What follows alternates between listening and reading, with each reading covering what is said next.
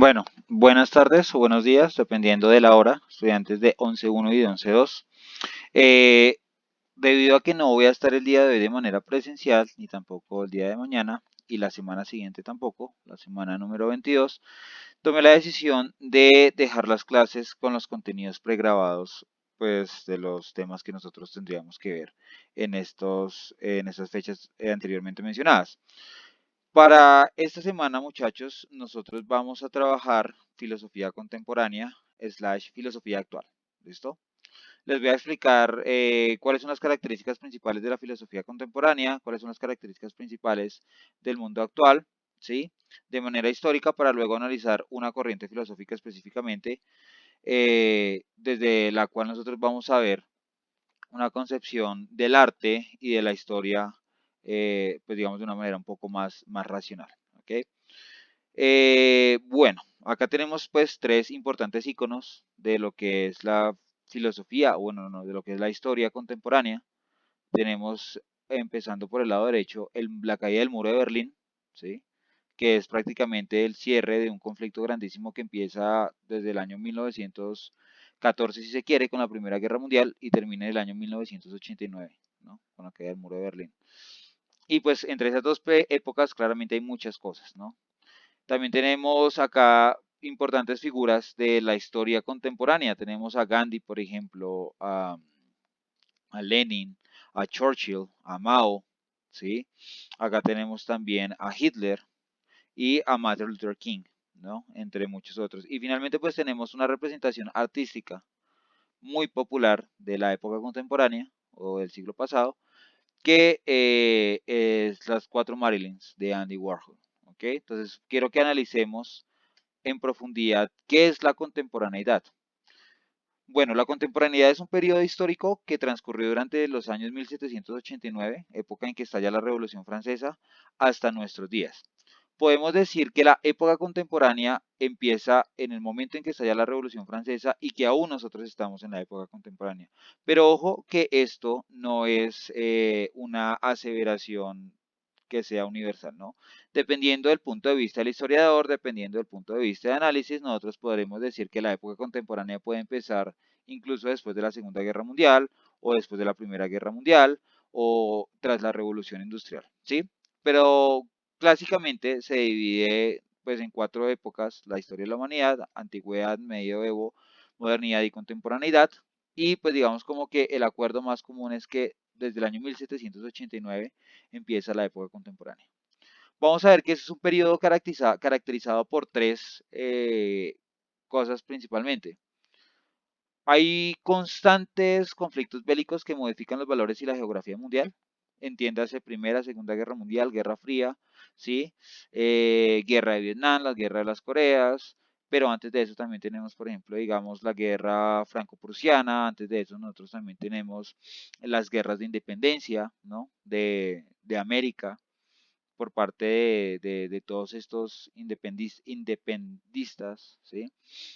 Americanos, ¿no? Entonces, esto es lo que va a cambiar. Y también al cambiar esto, también se van a cambiar los valores.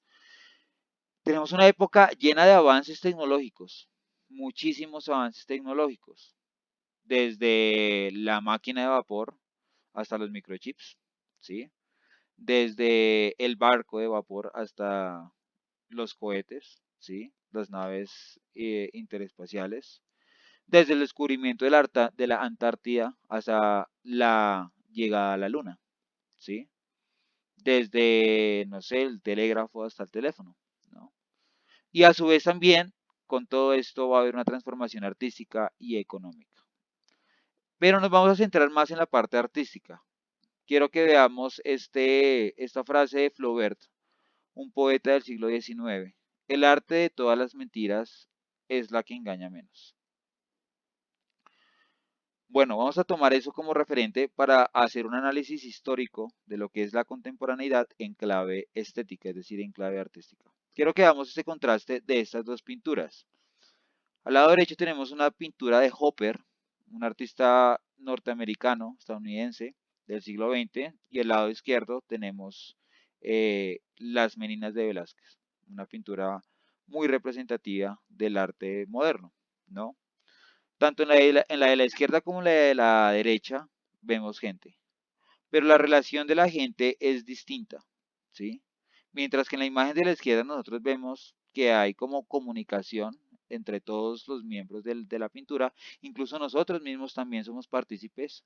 Si vemos acá el caso de este pequeño recuadro, que podría ser también entendido como nosotros siendo partícipes de la pintura, ¿sí? Haciendo parte de la obra de arte, hay una interacción, hay una comunicación y un deseo de movernos de un lado a otro.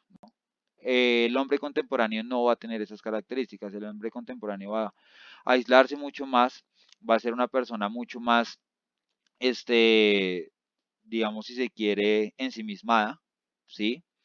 Las relaciones van a estar limitadas a lo básico, ¿sí? Pero esto tiene una razón, ¿sí? Y es que este hombre es un hombre que ha afrontado muchas guerras, ¿sí? Que le queda difícil confiar en sí mismo y también confiar en el otro, ¿sí? En el cual por más espacios y campos de comunicación que se abran, siempre va a preferir la soledad, ¿sí? Entonces vamos a ver que el hombre moderno, de cierta forma, se acopla a algunos valores, mientras que el hombre contemporáneo va a crear los valores en sí mismos, ¿ok? Bueno, pues decimos que crearlos entre comillas, ¿no? Veamos acá en esta frase, el hombre contemporáneo, a diferencia del moderno, va a tener valores más subjetivos, ¿sí? ¿Qué objetivos? Es decir, la realidad va a ser formada por sus propios conceptos o sus propias concepciones de la misma. Y quiero que veamos cuál es el panorama sociopolítico e histórico de la historia del arte. ¿Listo? Vamos a empezar por el primer movimiento del siglo XVIII, época en la que se da la Revolución Francesa, el neoclasicismo. ¿Cuáles son los valores del neoclasicismo?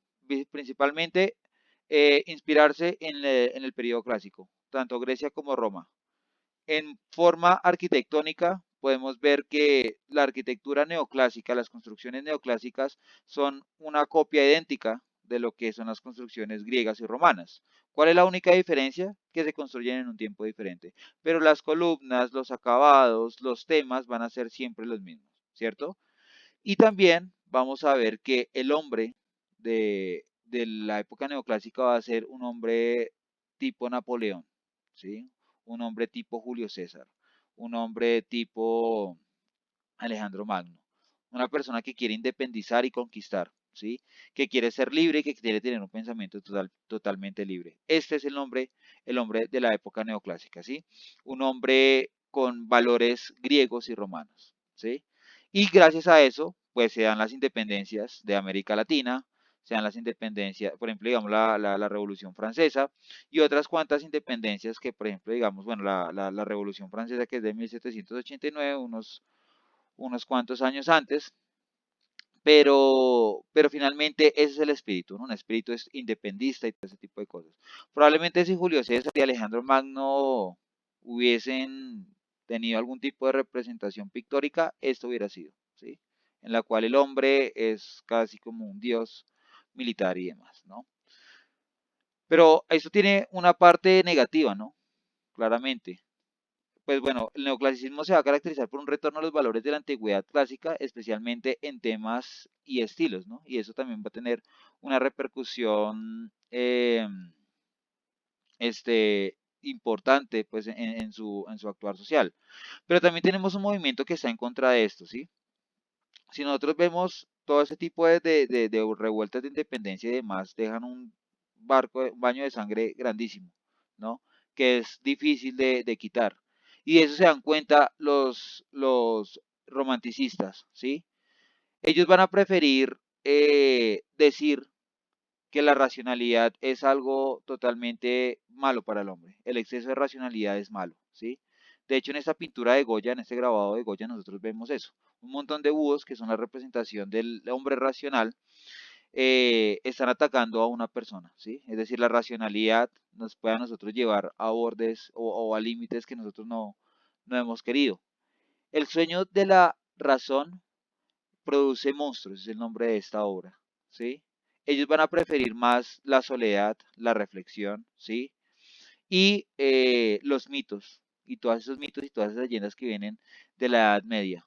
Entonces, nosotros podemos decir que el romanticismo es un movimiento ya también que llega al siglo XIX, que se va a caracterizar principalmente por la negación de los ideales del neoclasicismo. Todo eso racionalismo, todas esas cosas van a quedar de lado. Y ese movimiento le da más importancia a los sentimientos y todo eso de la Edad Media. Permítanme un momentico, por favor.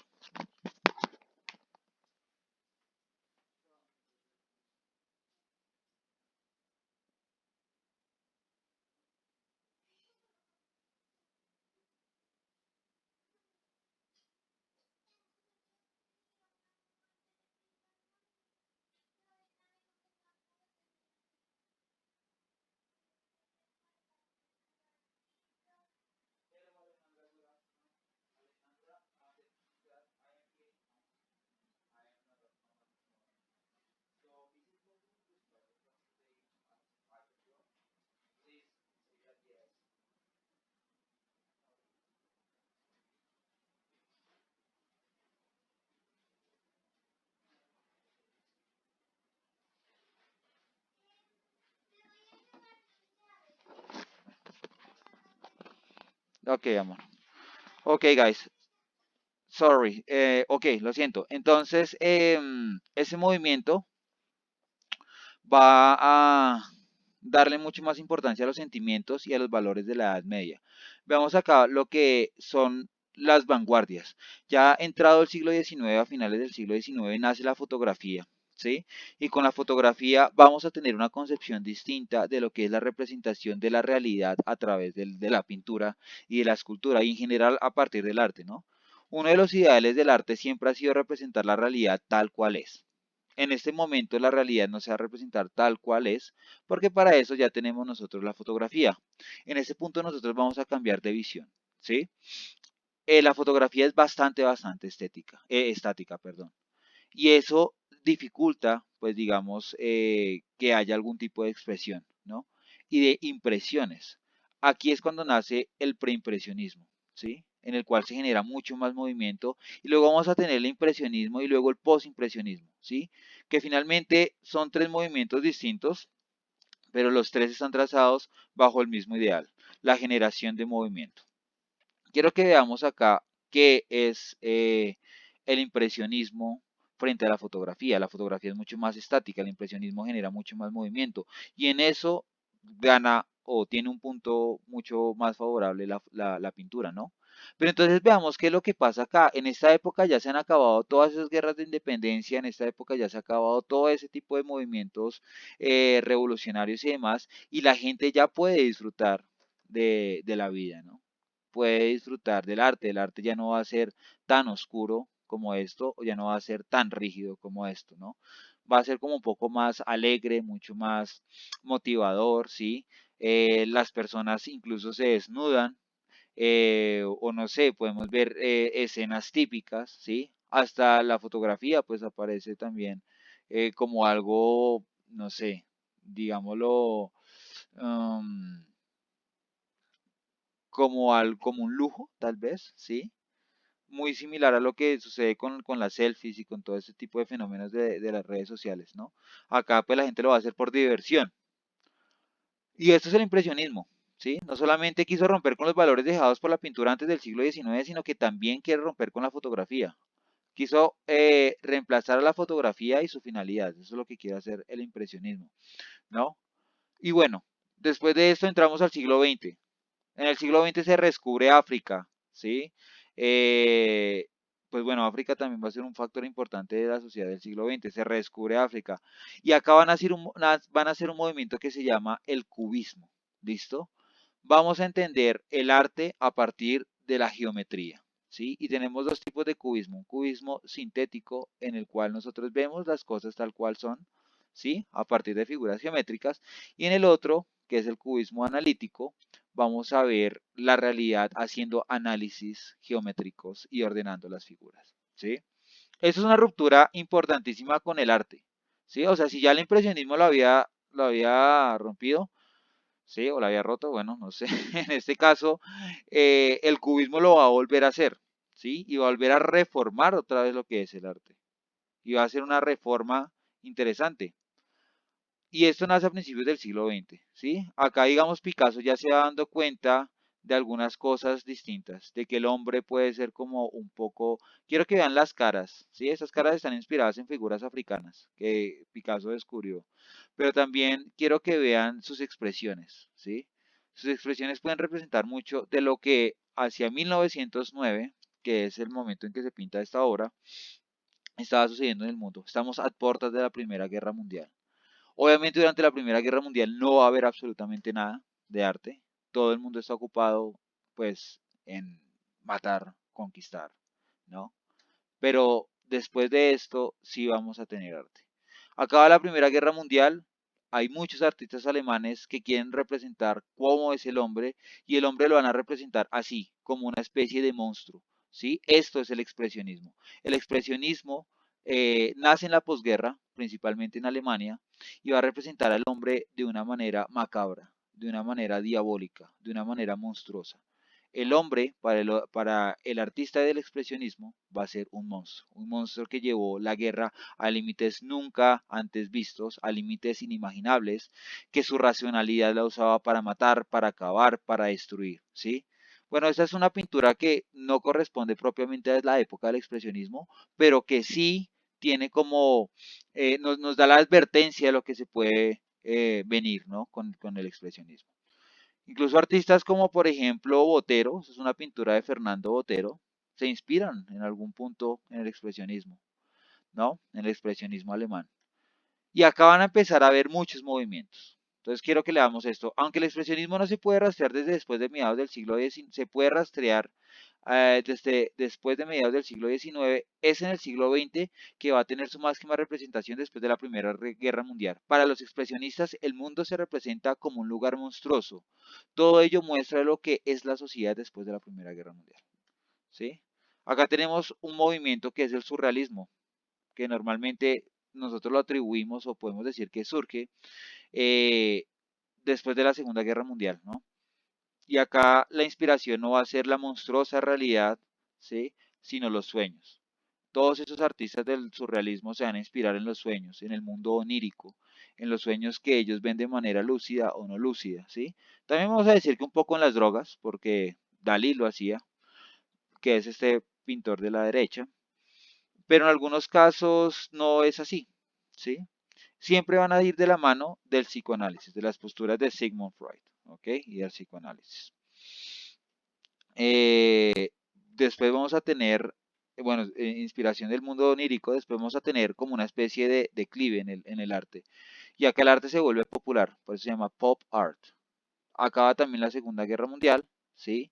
Y al parecer no hay peligros de guerra, y los Estados Unidos tienen que empezar a hacer merchandising por todo lado, ¿no? Tienen que empezar a mostrar su marca, a mostrar que son un país dominante no solamente en términos de guerra, sino también en términos de cultura.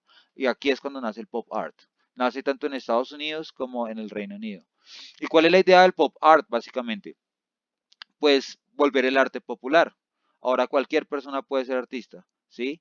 Ya no hay temas específicos, ¿sí? Por ejemplo, podemos coger una imagen de Marilyn Monroe y la podemos dividir en 6 partes, cambiarles los cromas de los colores y ya se vuelve una obra de arte. O coger una bandera de los Estados Unidos, ensuciarla y ponerla en la galería, en una sala de una galería de arte, ¿sí? Entonces, esto es el pop art, ¿no?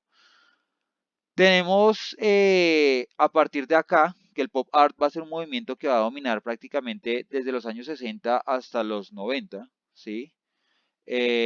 Toda la escena artística y luego va a haber un cambio, ¿no? Este cambio va a ser a partir del siglo XX.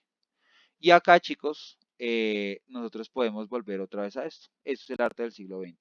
Si ustedes ven, hay como una especie de declive. Pero volvemos al mismo punto. Vean lo que yo les decía. ¿Cómo es el hombre de la modernidad, de la contemporaneidad? El hombre contemporáneo es un hombre totalmente aislado de sí mismo, aislado de las otras personas.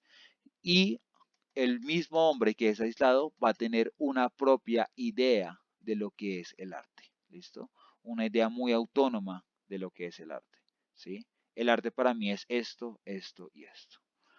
Chicos, los dejo en ese momento para que por favor vayan a las diapositivas de la semana 20 y ahí encuentren la actividad que ustedes tienen que hacer de la lectura de Descartes, como yo ya les había dicho. ¿Listo? La próxima clase nos vemos, les pondré la explicación de esta diapositiva, ¿listo? La explicación filosófica, o sea, la continuación para la semana número 22 y pues ya podremos ir trabajando nuestro proyecto. Espero que estén muy bien, muchachos. Muchas gracias por su atención. Hasta luego.